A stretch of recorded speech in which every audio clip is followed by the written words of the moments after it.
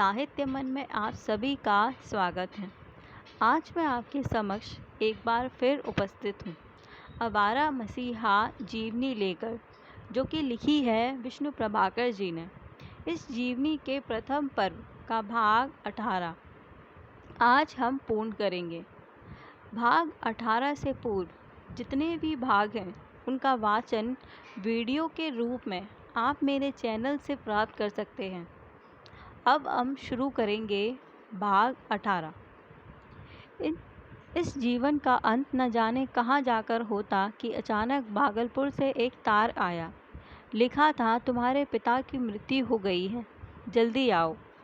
जिस समय उसने भागलपुर छोड़ा था, घर की हालत अच्छी नहीं थी। उसके आने के बाद स्थिति और बिगड़ गई। मोतीलाल पागलों की तरह इधर उधर घूमते रहते। फटी चट्टी कीचड़ से भरा हुआ बदन, सिर पर बड़ी हुई जटा, पेट में अन्न नहीं, हाथ में पैसा नहीं। ऐसी स्थिति में स्वप्रविहारी मनुष्य पागल ही हो सकता है। इन्हीं दिनों उनके चचिया ससुर अघोरनाथ भागलपुर आए। दोनों सहपाठी रह चुके थे। मोतीलाल उनसे मिलने ससुराल पहुँचे।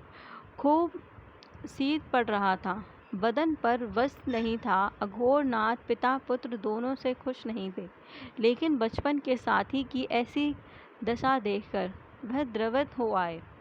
पूछा, तुम यह घर छोड़कर क्यों चले गए थे मोतीलाल?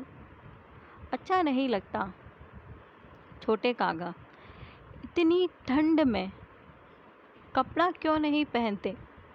है नहीं, शरद कहाँ है? झगड़ा करके कहीं भाग गया है। आजकल कुछ काम वाम है नहीं, तब कैसे चलता है? मोतीलाल ने इस बात का कोई उत्तर नहीं दिया। आंखें डबडबा आईं, टप टप आंसू गिरने लगे और वह जाने के लिए उठकर खड़े हो गए। तब बदन के वस्त्र उन्हें पहनाकर अघोरनाथ ने एक नोट उनके हाथ में थमा दिया। मोतीलाल के चेहरे पर मुस्कुराहट खिल आई। पूछा, कितने दिन है छोटे काका? कल ही चला जाऊंगा। मोतीलाल ने पाँव की तरल लेकर कहा, अब और मिलना नहीं होगा, उम्र पूरी हो गई है। सचमुच ही मिलना ना हो पाया। कुछ दिन बाद मन में अजस्र प्यार से भरे धरती के अयोग्य स्वप्रदर्शी मोतीलाल विपरीत परिस्थितियों की ठोकरें खाते खाते जर्जर होकर स्वर्गवासी हो गए। पिता की मृत्यु का समाचार पाकर शरद बहुत दुखी हुआ। वह उनसे लड़कर आया था और यहाँ के इस बोहेमियन जीवन में कौन कह सकता है कि उसने उन्हें कितनी बार याद किया था। लेकिन अब जब वह नहीं रहे तो उसे उनके अगाध स्नेह की याद आने लगी। वह उसी क्षण भागलपुर के लिए रवाना हो गया। उसकी अनुपस्थिति में मामा मणिन्द्रनाथ ने अंतिम संस्कार किया था। श्राद्ध के अवसर पर भी उसी ने सहायता की। वह उसका सहपाठी था, परंतु पुरातनपंथी गांगुली परिवार का सच्चा पुत्र भी था। उसे शरद के जीवन से घृणा थी। फिर भी जिस व्यक्ति के श्राद्ध का प्रश्न था वह गांगुली परिवार का दामाद था। उसी के अनुरूप वह संपन्न होना चाहिए, इसलिए उसने सहायता की। माँ पहले ही चली गई थी, पिता भी चले गए। बड़ी बहन दूसरे घर की थी। शेष रह गए थे 3 छोटे भाई बहन और वह स्वयं। उसे अपनी चिंता नहीं थी, चिंता थी इन अबोध बालकों की। छोटी बहन सुशीला को मकान मालकिन बहुत प्यार करती थी। उसने उसे अपने पास रख लिया। छोटा भाई प्रभात 11-12 वर्ष का था। शरद उसे आसनसोल ले गया। वहाँ उसका एक मित्र रेलवे में काम करता था। काम सीखने के लिए प्रभास को वह उसी के पास छोड़ आया। अब रह गया प्रकाश, उसे किसके पास छोड़े? कोई भी उसका अपना नहीं था। बहुत सोचा और अंत में छोटे नाना अघोरनाथ की शरण उसने ली। वह शरद से बहुत नाराज़ थे, लेकिन शरद को नानी पर भरोसा था। न जाने कितनी बार उन्होंने शरत की प्राण रक्षा की थी। प्रकाश को लेकर वह जलपाईगुड़ी पहुंचा। उसने नाना के चरण पकड़ लिए। स्वाभाविक था कि वह पहले खूब नाराज हुए, लेकिन एक तो मोतीलाल की मृत्यु हो चुकी थी, दूसरे पत्नी का भी आग्रह था, वह इनकार नहीं कर सके। छोटी नानी के कारण शरत की एक बार फिर रक्षा हुई, नाना के कुछ अपेक्षा के साथ, और नानी ने कुछ प्यार के साथ उससे कहा, अब घर का दायित्व तुम पर है, तुम्हें कुछ करना चाहिए। शरत ने उत्तर दिया, वही करने जा रहा हूँ। भाई बहनों की ओर से निश्चिंत होकर उसने बिहार को अंतिम नमस्कार किया और जीविका की तलाश में कलकत्ता पहुंचा। नाते के कई मामा वहां पर रहते थे। उपेंद्र नाथ से उसकी कुछ घनिष्ठता भी थी। उसे भी साहित्य में अनुराग था। एक दूसरे मामा लाल मोहन यहाँ वकालत करते थे। भागलपुर की कचहरी के मुकदमे की अपील कलकत्ता हाई कोर्ट में ही होती थी। लाल मोहन वही काम करते थे। निश्चय हुआ कि इन्हीं के पास रहकर नौकरी की तलाश की जाए। एक वयस्क व्यक्ति के लिए खर्च पत्ते के वास्ते अभिभावकों के आगे हाथ फैलाने में कुंठा होती है। इस कुंठा से मुक्ति पाने के लिए शरद हिंदी की अर्जियों का अंग्रेजी में अनुवाद करने लगा। उसके बदले में उसे खर्च के लिए कुछ पैसे मिल जाते थे, किंतु आईन अदालत की भाषा से उसका कोई विशेष परिचय नहीं था, इसलिए इस काम में उसका मन अधिक दिन लग नहीं सका। इसके अतिरिक्त उसे घर की साग सब्जी भी लानी पड़ती थी। साधारण नौकरियां जैसे और भी काम करने पड़ते थे। अपमान भी कम नहीं होता था। घर के अंदर जाते समय भागलपुर की तरह यहाँ भी उसे खांसकर जाना होता था। एक बार वह मामा के ब्रश से बाल ठीक कर रहा था कि अचानक वे वहाँ आ गए। उनके क्रोध की कोई सीमा नहीं थी। उन्होंने एक बार शरद की ओर देखा और फिर उस ब्रश को उठाकर बाहर फेंक दिया, मानो उन्होंने कहा, जिस ब्रश को तुम इस्तेमाल कर चुके हो वह मेरे योग्य नहीं रहा। इस घृणा और अपमान के कारण उसके दर्द की कोई सीमा नहीं थी। अक्सर सोचता था कि दूसरे के घर पर रहकर ऐसा अपमान पाने से तो सड़क, जंगल, रेगिस्तान कहीं भी रह जाना अच्छा है। उसकी बड़ी बहन कलकत्ते के पास गोविंदपुर गांव में रहती थी। प्रयत्न किया कि उसके पास जाकर रह सके। गिरीन्द्रनाथ को लिखे एक पत्र से ऐसा लगता है कि वह वहां जाकर रहा भी था, परंतु वहां भाइयों में झगड़े आरंभ हो गए थे, इसलिए मुखर्जी महाशय इस स्थिति में नहीं थे कि उसके लिए कुछ कर पाते। उन्होंने पत्नी से कहा, तुम तो जानती हो ही कि वह गांव है, यह गांव है, शरद का यहाँ रहना संभव नहीं हो सकेगा, गांव के लोग आलोचना करेंगे। तो अनिला भाई के प्रति करुणा से भर उठी, कुछ कह न सके। मुखर्जी महाशय ने कहा, उसे कहो कहीं और चला जाए, खर्चे का प्रबंध मैं कर दूंगा। उन्होंने कुछ सहायता की भी थी, परंतु उसके लिए कलकत्ता में रहना असंभव हो गया। कहाँ जाए, यह सोचते सोचते उसे अपने मौसा अघोरनाथ चट्टोपाध्याय की याद हो आई।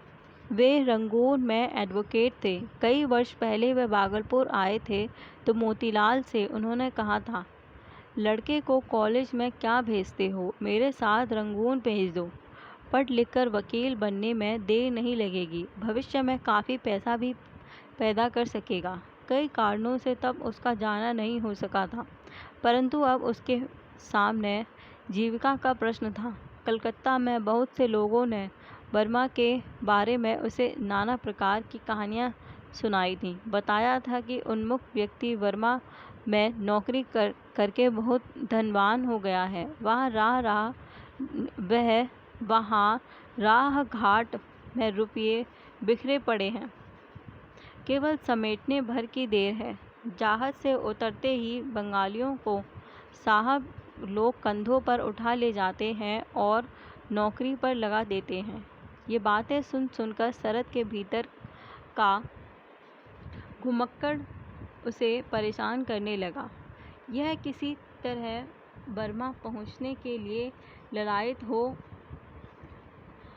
उठा। इसी समय अचानक अघोरनाथ कलकत्ता आए और लाल मोहन के पास ही ठहरे। शरद को उन्होंने ऐसी रोमांटिक कहानियाँ सुनाई कि उसने निश्चय कर लिया अब वह बर्मा ही जाएगा। ऐसी अनिश्चित और विपरीत परिस्थितियों में भी उसकी साहित्य साधना मौन रूप से चल रही थी।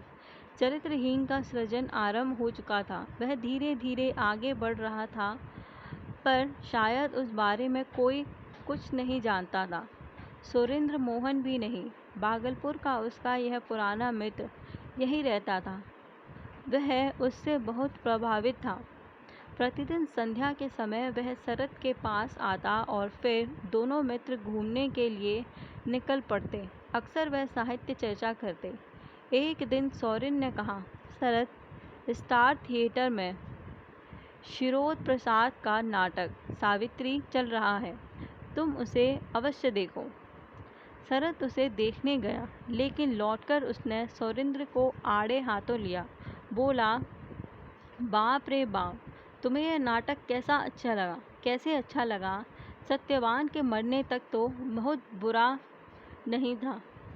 अमृत मित्र ने मांडव्य का अभिनय भी अच्छा ही किया, लेकिन सत्यवान का जो रूप था उसे देखकर लगता था कि वह सावित्री का छोटा भाई है। उसके मरने पर सावित्री ने मृतदेह को गोद में लेकर गाना गाया।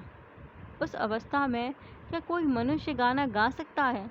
सुरेंद्र ने उत्तर दिया, उसको तुम ठीक स्वर लय वाला गाना क्यों मानते हो?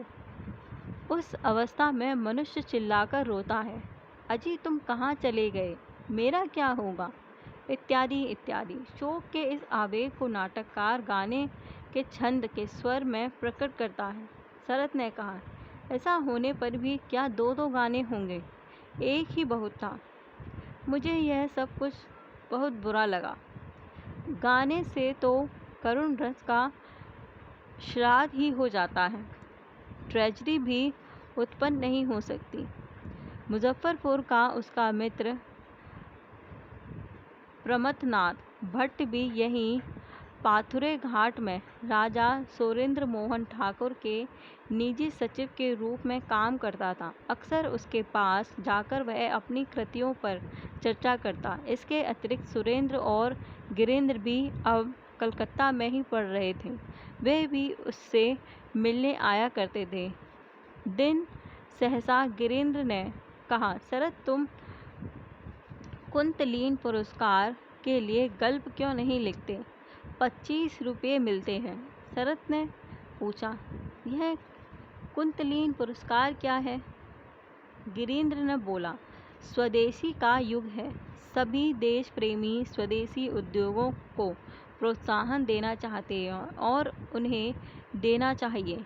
कुंतलीन एक सुगंधित स्वदेशी तेल है। बहु बाजार के एच बसु उसके निर्माता हैं। उसके प्रचार के लिए ही यह प्रतियोगिता चलाई गई है। नामी लेखक इसका निर्णय करते हैं। ये कहानियाँ पुस्तक रूप में भी छपती हैं। शरद ने कहा, स्वदेशी की बात तो ठीक है, लेकिन कहानी लिखना और फिर पुरस्कार के लिए मेरे लिए बिल्कुल संभव नहीं है। इतने बड़े बड़े लेखकों के सामने मुझे कौन पूछेगा? गिरीन्द्र बोला, तुम नहीं जानते, तुम बहुत अच्छी कहानियाँ लिखते हो, ज़रूर लिखो, तुम्हें पुरस्कार मिलेगा। लेकिन जमा की उसका स्वभाव था, लेकिन जैसा कि उसका स्वभाव था वह तुरंत ही इस बात को स्वीकार नहीं कर सका। मामा लोग आग्रह करते रहे और वह टालता रहा। आखिर अंतिम दिन आ पहुंचा। गिरीन्द्र ने फिर कहा, तुम कहानी क्यों नहीं लिखते? पुरस्कार नहीं मिलेगा तो क्या होगा? कहानी लिखो। अंत में वह लिखने के लिए तैयार हो गया। उस दिन उसने जो कहानी लिखी उसका नाम था मंदिर। उसे समाप्त करते न करते संध्या घिर आई। वह इसलिए गिरिंद्र को लेकर तुरंत कुंतलीन के कार्यक्रम में पहुंचा। व्यवस्थापक बसु महोदय ने कहा, अंतिम दिन के अंतिम क्षण कहानी लेकर आए हो। शरद ने बोला, यदि समय नहीं है तो मैं कहानी लेने के लिए आग्रह नहीं करूँगा।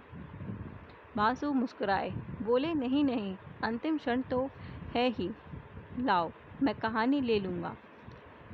कहानी देकर शरद ने स्वस्ति की सांस ली, लेकिन उस कहानी पर लेखक के रूप में उसने अपना नाम नहीं दिया था। उसे विश्वास नहीं था कि वह पुरस्कार पा सकेगा। न पाने पर जो लज्जा और व्यथा होती, उसी से बचने के लिए वह कहानी उसने अपने मामा सुरेंद्र नाथ के नाम से भेजी। उसने कहा, मैंने यह कहानी सुरेंद्र नाथ से दी है। यदि भाग्य के पारितोषिक मिल जाए तो मोहित सेन द्वारा प्रकाशित रविंद्रनाथ की काव्य ग्रंथावली मुझे भेज देना। शायद यह उसके नाम का प्रभाव था कि जब प्रतियोगिता का फल प्रकाशित हुआ तो प्रथम पुरस्कार बंगाली टोला भागलपुर के श्री सुरेंद्रनाथ गंगोपाध्याय को मिला। मित्रों ने उसे हार्दिक बधाई दी, लेकिन उसका मन ग्लानि से भर उठा। वह जानता था कि वह इस यश और बधाई का अधिकारी नहीं है, लेकिन जो सचमुच अधिकारी था वह शरद तो तब तक कलकत्ता छोड़ चुका था। 150 गल्पों में प्रथम स्थान प्राप्त करना कम सौभाग्य की बात नहीं थी, लेकिन उदासीन शरद तो अपने को छिपाने में ही आनंद पाता था। रंगून जाने की बात भी उसने किसी से नहीं कही। उसे डर था कि उसके मित्र उसे जाने नहीं देंगे, लेकिन उसके सामने पूरा जीवन पड़ा था। उसके भाई बहन थे, उनका भार अब वह किस पर छोड़ सकता था। उसे किसी तरह जीविका अर्जन करनी थी। केवल अपने एक मामा देवी को ही उसने अपने इस निश्चय की सूचना दी थी। उसके पास पैसे भी तो नहीं थे। किसी तरह उसने किसी से भाड़े के रुपये उधार लिए और एक दिन सवेरे 4 बजे भवानीपुर के घर से स्टीमर घाट की ओर चल पड़ा। बस अकेला। देवी ही उसके साथ था। भाड़ा चुकाकर उसकी जेब में 1-2 रुपये शेष रह गए। वह नहीं जानता था कि अब वह फिर भारत लौट भी सकेगा या नहीं। इस पलायन के साथ साथ उसके जीवन रूपी नाटक का एक अंक जैसे समाप्त हो गया।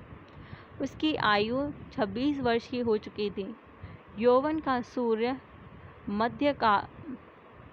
मध्यकाश में था, लेकिन जैसे ठंडे और घने कोहरे ने उसे आच्छादित कर दिया था, श्रीकांत की तरह दूसरे की इच्छा से दूसरे के घर में वर्ष के बाद वर्ष रहकर वह अपने शरीर को कैशोर्य से यौवन की ओर धकेलता रहा था, लेकिन मन को न जाने किस रसातल की ओर खदेड़ता रहा। उसका वह मन कभी लौटकर नहीं आया और इस प्रकार वह उच्च श्रृंखल, आवारा, अर्धशिक्षित और धनहीन व्यक्ति किसी बंधुहीन, लक्ष्यहीन प्रवास के लिए निकल पड़ा। माँ की मृत्यु के बाद उससे कोई यह पूछने वाला भी नहीं था कि तुमने खाया भी है या नहीं। कोई उसकी राह देखता हुआ प्रतीक्षा नहीं करता था। किसी को यह जानने की इच्छा नहीं थी कि उसके पास पहनने को है या नहीं। अपनी इच्छा से वह अभिनय, गाने बजाने, नाना खेलों, ताम्रकूट आदि के सेवन और सेवा में रस लेता था। यह सभी कार्य नाना के परिवार में न करने योग्य थे, इसलिए अपमान की मात्रा भी बड़ी थी। वह इस अपमान को न पहचानता हो, यह बात नहीं थी, परंतु वह यह भी जानता था कि धर्मशास्त्र में जिस आचार संहिता की चर्चा है वह सब युगों के लिए नहीं होती। जैसे युग पलटते हैं वैसे ही संहिताएं भी पलटती हैं।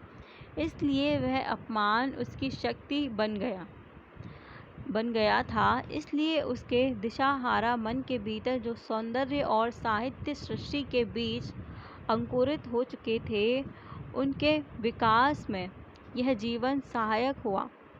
उसने दुख को केवल भोक्ता होकर सहा ही नहीं था, दृष्टा होकर देखा भी था। दास्तां का अंत करने वाले राष्ट्रपति लिंकन से उसकी तुलना बहुत संगत नहीं है, परंतु अपने प्रारंभिक जीवन में वे दोनों आश्चर्यजनक रूप से कुछ प्रवृत्तियों में समान थे। शारीरिक शक्ति प्रदर्शन, विनोद प्रियता, अध्ययन, कहानी कहने की कला और प्रेम की व्यथा का दोनों को खूब अनुभव था। लॉर्ड चार्लवुड ने लिखा है, उसने अराजक विचारधाराओं वाले कुछ लेखकों का अध्ययन किया। उनमें थॉमस पेन, वॉल्टेयर और बोलने प्रमुख थे। मुर्गे लड़ाना, शारीरिक शक्ति प्रदर्शन, कुल्हाड़ी, हथौड़ी या आरे के उपयोगी कौशल या नकल करने की मजाकिया प्रवृत्ति इन दिनों बदस्तूर जारी रही। उसमें एकांत प्रियता या अपने में खो जाने की प्रवृत्ति पनप उठी। प्रियतमा की मृत्यु का लिंकन पर गहरा और चिरस्थायी प्रभाव पड़ा। शरत की प्रियतमा की मृत्यु तो नहीं हुई थी, पर विद्रोह संपूर्ण था। उस विद्रोह का उसके जीवन पर गहरा और स्थायी प्रभाव पड़ा। उसने कहीं लिखा है, सच्चा प्रेम मिलाता ही नहीं, दूर भी करता है। क्या वह इसलिए दूर नहीं जा रहा था? इसलिए तो दूर नहीं जा रहा था। यहाँ ये भाग पूर्ण होता है।